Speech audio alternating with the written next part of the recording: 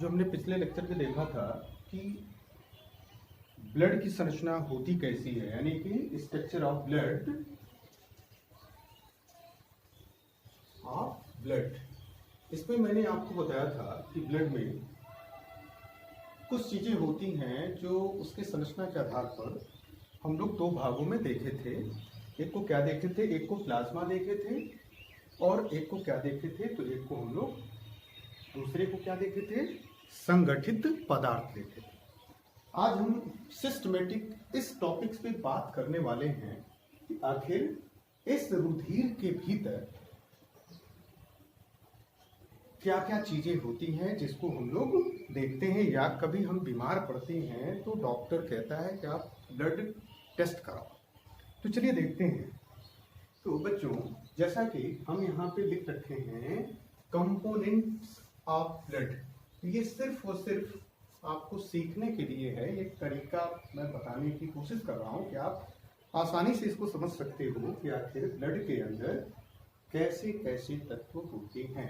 तो चलिए, जैसा मैंने पिछले लेक्चर में दिखाया भी था कि मान लेते हैं कि एक सैंपल किसी भी व्यक्ति के ब्लड का कलेक्ट किया गया। ये सैंपल है, इसमें क्या क्या चीजें हैं इसको हमें जानना है। तो एक ऐसे मोटे तौर पे हम लोग जब इसको समझना चाहें तो देख सकते हैं कि जो ब्लड हमने कलेक्ट किया है उस ब्लड के अंदर क्या क्या चीजें हैं। तो जैसा हमने बता रखा था कि इसमें 55% प्लाज्मा होती है।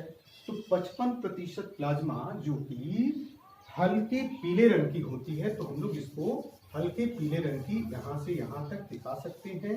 देखो, मैं कोशिश कर रहा हूँ कि आपको एक कलर यानी कि ये लो चाक से इसको दिखाऊं। देखो, ये है आपका प्लाज्मा जो कि 55% होती है।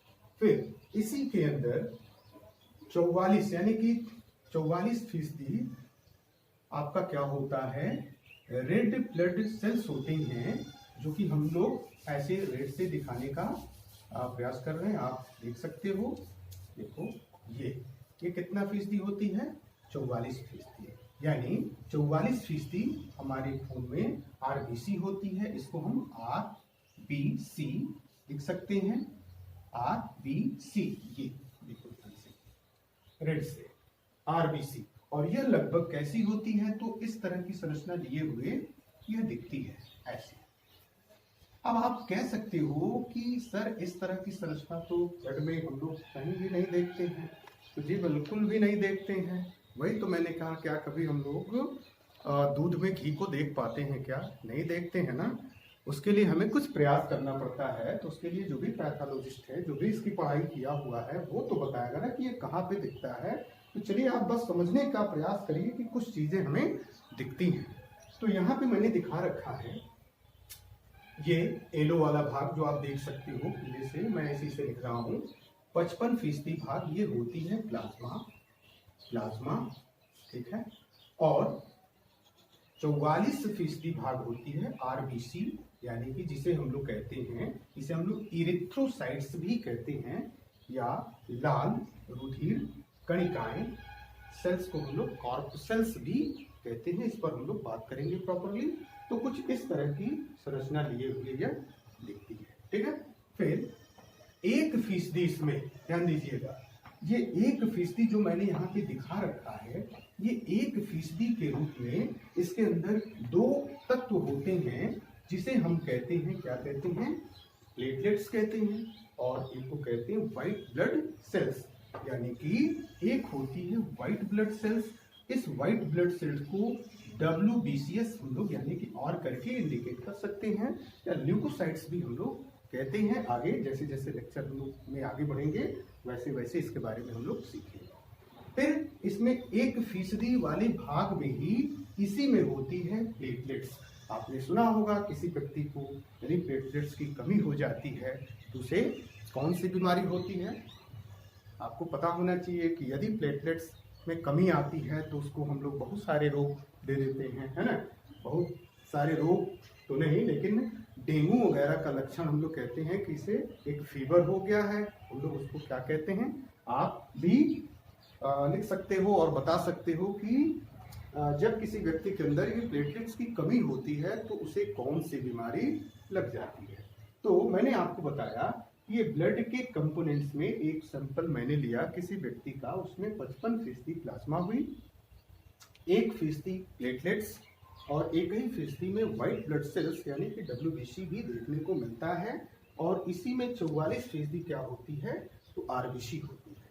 अब यहाँ पे हम लोग देख लें जो प्लेटलेट्स होती है ना वो कुछ इस तरह की संरचना में, इस तरह की छोटी छोटी कण के रूप में इसी प्लाज्मा के अंदर तैरती रहती है। अभी देखते हैं हम लोग कि ये प्लेटलेट्स कुछ इस तरह की संरचना लिए हुए चलती है, ठीक है। अब दूसरी जो इसके अंदर कंपोनेंट्स के रूप में WBC पाई जाती है, ये WBC आप ध्यान से देखेंगे ये कुछ इस तरह की संरचना लिए हुए होती है। देखिए ये कुछ इस तरह की संरचना लिए हुए होती है, WBC होती है जो इसी ब्लड के अंदर मौजूद होती है। अब हमारे दिमाग में एक बात आ रही होगी कि आखिर WBC, प्लेटलेट्स और RBC ये कण के रूप में दिख रहे हैं, जबकि ये जो प्लाज्मा है वो किस रूप में दिखता है। तो चलिए हम लोग इसको देख लेते हैं कि आखिर ये किस रूप में दिखता है। तो बच्चों ये जो प्लाज्मा होती है ना ये एक तरह से हल्के पीले रंग का गाढ़ा द्रव है, यानी कि एकदम वह लिक्विड भाग है, पानी की तरह का भाग है। जैसे हम लोग कह सकते हैं कि यहाँ पे हम एक वेसल्स की चर्चा करें, जैसे मान लें कि हमारा रुधिर वाहिनी है जिसके अंदर से रुधिर ये बह रहा है। क्या हो रहा है? रुधिर ये बह रहा है। तो इसी रुधिर में जो पानी की तरह एलो एलो करके जो संरचना हो रही है, पानी की तरह जो हो रही है ना, उसे ही हमने कह दिया है प्लाज्मा। क्या बोला है? प्लाज्मा। जो बिल्कुल कैसी होती है तो हल्के पीले रंग की एक तरह से गाढ़ा द्रव होती है। इसी हल्के पीले रंग के द्रव में क्या देखने को मिलता है तो हल्के पीले रंग का द्रव जो है, जो कि 55%, कहीं कहीं देखिए ध्यान रखिएगा, ये 55 से 60% पूरे ब्लड की ये भाग होती है, ध्यान रखिएगा, ठीक है। 55% हो गई। फिर इसी लिक्विड वाले पार्ट्स में जो कि हल्के पीले रंग का होता है, इसी में तैरती हुई अवस्था में दिखती है ये प्लेटलेट्स, व्हाइट ब्लड सेल्स, यानी इसी में हम लोग दिखा सकते हैं इसको, प्लेटलेट्स को ऐसे ऐसे हम लोग दिखा दें, इसी के अंदर क्या हो रही है, तैर रही है उसी पानी के भीतर, और इसी पानी के भीतर हम लोग WBC को भी दिखा सकते हैं जो इस तरह की संरचना दिए हुए हमें दिख रही है इसी ब्लड के भीतर, ठीक है। फिर इसी के अंदर RBC भी होती है, RBC भी होती है जो इस तरह की संरचना लिए हुए दिखेगी ऐसे। तो कुल मिला के हम लोगों ने आज यही सीखा कि एक ब्लड के सैंपल में हमने क्या पाया कि 55% प्लाज्मा होती है, 44% रेड ब्लड सेल्स होती है, यानी कि जिसे हम लोग क्या कहते हैं, लाल रुधिराणु कहते हैं जिसे, ये होती है। फिर 1% प्लेटलेट्स होती है और 1% WBC होती है जिसे हम लोग श्वेत रुधिर कणिका भी कहते हैं, ठीक है। अब इसकी संरचना भी मैंने थोड़ा सा दिखाने का प्रयास किया, आप देख करके समझ सकते हो। इसी को हम लोगों ने रुधिर वाहिनियों के अंदर भी देखने का प्रयास किया कि ये कैसे दिखती है। तो चलिए हम आगे बात करते हैं, ये जो 55% प्लाज्मा जो हमारे इस ब्लड में है, जो गाढ़ा हल्के पीले रंग का एक गाढ़ा तरल है, इसके अंदर क्या क्या पाया जाता है, एक एक करके हम लोग अध्ययन करेंगे सिस्टमेटिक। तो बच्चों हम लोगों ने अभी तक यह देखा और पाया कि जो इस सैंपल में हम लोगों ने जो ब्लड का सैंपल लिया है उसमें 55% यानी कि सबसे अधिक भाग जो है वो प्लाज्मा का है, ठीक है। तो इस प्लाज्मा के बारे में हम लोग जानेंगे और कुछ कि इसके अंदर और भी क्या क्या चीजें मौजूद होती हैं और यह करता क्या है। तो चलिए देखते हैं। तो सबसे पहले यह जाने कि यह जो प्लाज्मा होती है इसके अंदर कुछ प्रोटीन्स होते हैं। कुछ क्या होते हैं? प्रोटीन्स होते हैं जिसे हम लोग नाम देते हैं प्लाज्मा प्रोटीन्स। क्या नाम देते हैं? Plasma proteins. और इस प्लाज्मा के भीतर जो प्रोटीन्स पाए जाते हैं वो प्रोटीन्स आप स्क्रीन पे अपने देख सकते हो।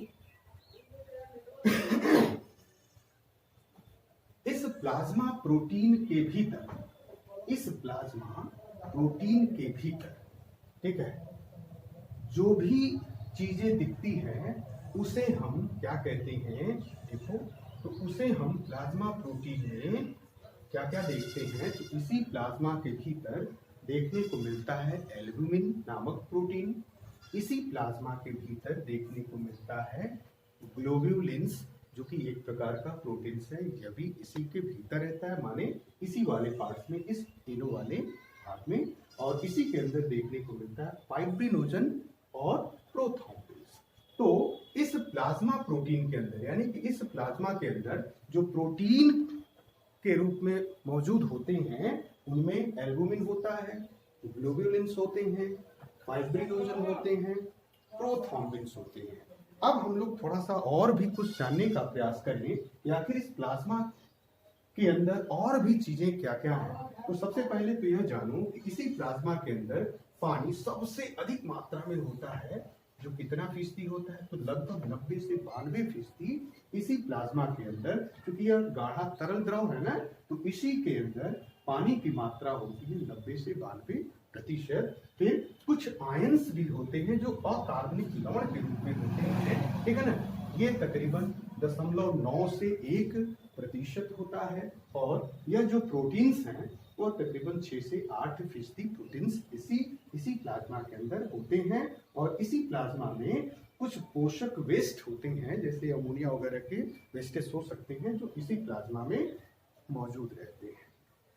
इसके अंतर्गत कुछ गैसें होती हैं जो कि हम लोग रेस्पिरेटरी सिस्टम में हमने पढ़ा भी है कि बहुत सारी गैसों को, यानी कि हमने वायु को अंदर लिया और अंदर लेने के बाद हमने कार्बन डाइऑक्साइड को बाहर निकाला, तो गैसों में वही ऑक्सीजन और कार्बन डाइऑक्साइड के रूप में गैसें भी यहाँ प्लाज्मा में हमारे मौजूद होती हैं, ठीक है।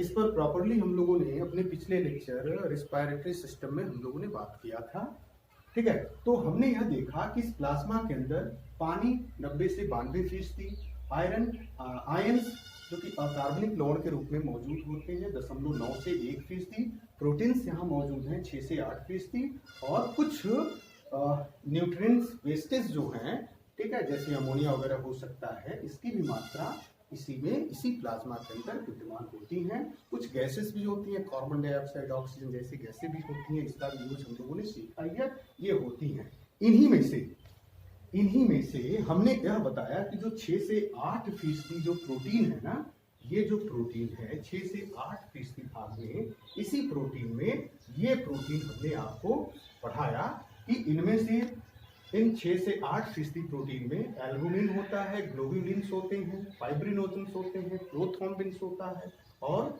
ठीक है, ये इसके प्रोटीनियस पार्ट्स हैं जो कि प्लाज्मा के अंदर मौजूद है। चलिए हम देखते हैं कि आखिर ये एल्बुमिन है क्या चीज। तो हमने जैसा कि जाना कि एल्बुमिन प्रोटीन है, और यह इस प्लाज्मा के अंदर, इस पूरे प्लाज्मा के अंदर सबसे छोटा प्रोटीन होता है। क्या होता है? तो सबसे छोटा प्रोटीन यह एल्बुमिन होता है।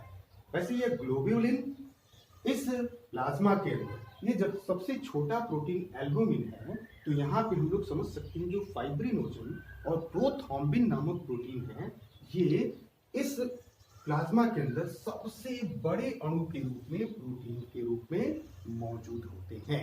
यानी यह फाइब्रिनोजन और प्रोथ्रोम्बिन इस प्लाज्मा में सबसे बड़े आकार के अणुओं के रूप में मौजूद हैं, जबकि ये हम लोग का एल्बुमिन इसी प्लाज्मा में सबसे छोटा प्रोटीन होता है, ठीक है। अब यहाँ पे बचा ग्लोब्यूलिन्स।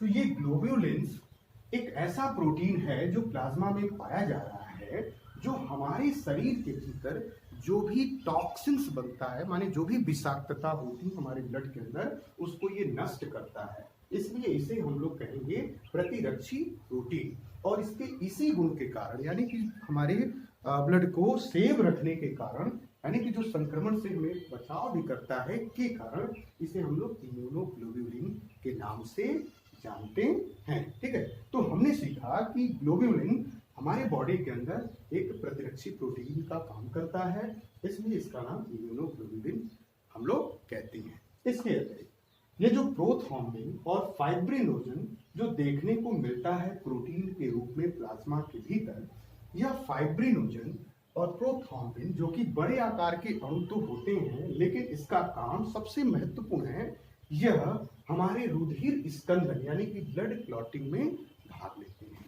ठीक है, यानी ध्यान से हम लोग समझ सकते हैं कि जो ब्लड को क्लॉट करना है, कहीं ब्लड कट गया, उसमें से ब्लड का स्राव हो रहा है, तो क्लॉटिंग का जिम्मा इन दोनों के जिम्मे है, जिसे हम लोग कहते हैं फाइब्रिनोजन और प्रोथ्रोम्बिन। अब हम लोग एक चीज और जानेंगे, यह जो प्रोथ्रोम्बिन और फाइब्रिनोजन है, इसका निर्माण यदि हमसे पूछता है कि यह कहाँ निर्मित होती है, तो इसे हम बताएंगे इसका निर्माण यकृत कोशिकाओं में होता है। तो बच्चों, हम लोगों ने यह देखा कि प्लाज्मा क्या होती है और प्लाज्मा में क्या क्या चीजें पाई जाती है। अब हम लोग थोड़ा सा चर्चा करेंगे कि इसी प्लाज्मा के अंदर, यानी हमने देखा कि प्लाज्मा प्रोटीन्स होती हैं, ठीक है, और यह कितने फीसदी, 6 से 8 फीसदी।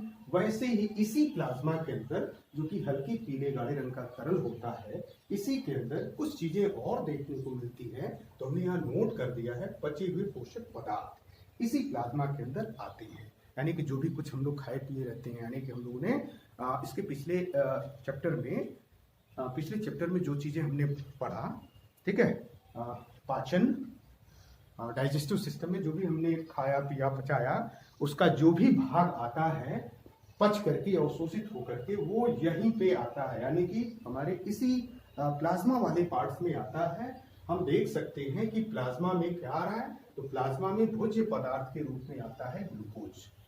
जो हम लोग खाए पिए रहते हैं उसका ग्लूकोज बनता है, यानी कार्बोहाइड्रेट का अंतिम उत्पाद हम लोग जो देखते हैं वो ग्लूकोज है। फिर वसा का अंतिम उत्पाद के रूप में हम लोग देखते हैं वसा अम्ल और ग्लिसरॉल, जो कि अंतिम पदार्थ होते हैं, जो कि वो भी इसी प्लाज्मा में आते हैं। फिर हम लोग जो प्रोटीन वगैरह लेते हैं उसका अंतिम उत्पाद क्या होता है, अम्ल अम्ल होता है। ठीक है, कुछ विटामिन होते हैं, ये सब के सब जो हमारे शरीर में पचे हुए पोषक पदार्थ के रूप में मौजूद होते हैं, इन्हें, ठीक है, जिन्हें शरीर कोशिकाएं आवश्यकता अनुसार हमारे ब्लड से, माने इसी रुधिर से, और रुधिर के किस भाग से, तो इसी प्लाज्मा से लेने का काम करती है। जहां जैसी आवश्यकता होगी वहां वो लेती है। इस प्रकार हम लोगों ने यह देखा या सीखा, यह ग्लूकोज ही है जो हमारे ऊर्जा का प्रमुख स्रोत होता है। इसलिए मैंने इसको लिख दिया है, ग्लूकोज ऊर्जा का प्रमुख स्रोत है। और यह हमें कहाँ से प्राप्त होता है, यह हमें पचे हुए पोषक पदार्थ से मिलता है जो हम लोग खाए रहते हैं। ठीक है, अब हम थोड़ा सा और इस पर चर्चा करें। यह जो ग्लूकोज है, ग्लूकोज यह हमारे बॉडी के अंदर 100 ml रुधिर में, यानी कि 100 ml यानी कि 100 ml रुधिर के अंदर 80 से 120 ml होना चाहिए। ध्यान से समझिए, यह जो ग्लूकोज है ना, यह ऊर्जा का प्रमुख स्रोत है, और हमारी बॉडी में, हमारे बॉडी के ब्लड में तकरीबन इसकी मात्रा 80 से 120 ml होनी चाहिए। यदि किसी भी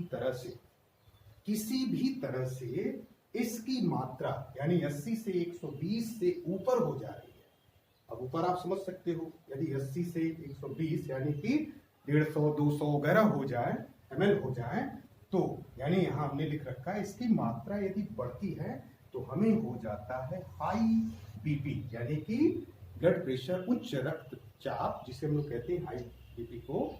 तो इसके कारण, यानी कि जब इसकी मात्रा, ग्लूकोज की मात्रा हमारे ब्लड में 80 और 120 से 80 से 120 तो ये नॉर्मल है, इससे यदि ऊपर होता है तो हमें हाई ब्लड प्रेशर का सामना करना पड़ सकता है, और इसके अतिरिक्त कुछ और भी रोग होते हैं जैसे कोरोनरी रोग वगैरह हो जाते हैं। ठीक है ना, तो ये दूसरा मैंने समझाने का प्रयास किया कि प्लाज्मा के अंदर प्लाज्मा प्रोटीन है, पचे हुए पोषक पदार्थ हैं, इसके अतिरिक्त भी कुछ पदार्थ होते हैं जैसे कि प्रतिस्कंदन, जिसे हम लोग कहते हैं एंटीकोआगुलेंट्स, और यही एक ऐसा स्कंदन है जिसके कारण हम लोग अगले लेक्चर में बात करेंगे। यही वो रीजन है जिसके कारण हमारी रुधिर वाहिनियों में जो रुधिर है उसका थक्का नहीं जमने पाता है। ठीक है, तो इसको हम लोग अगले लेक्चर